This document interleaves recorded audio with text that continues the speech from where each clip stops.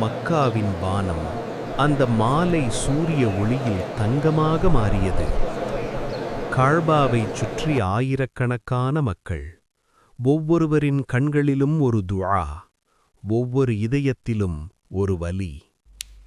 அவர்களில் ஒருவன், ஆமீன், எல்லாவற்றையும் இழந்தவன் போல, ஆனால் அல்லாவை மட்டும் விடாதவன்.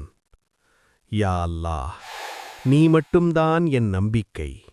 அதே நேரம் மக்காவின் ஒரு சிறிய வீட்டில் ஒரு தாய் தன் குழந்தையை அணைத்தபடி சொன்னாள், என் மகனே, அல்லாஹ் உன்னை ஒருபோதும் கைவிடமாட்டான்.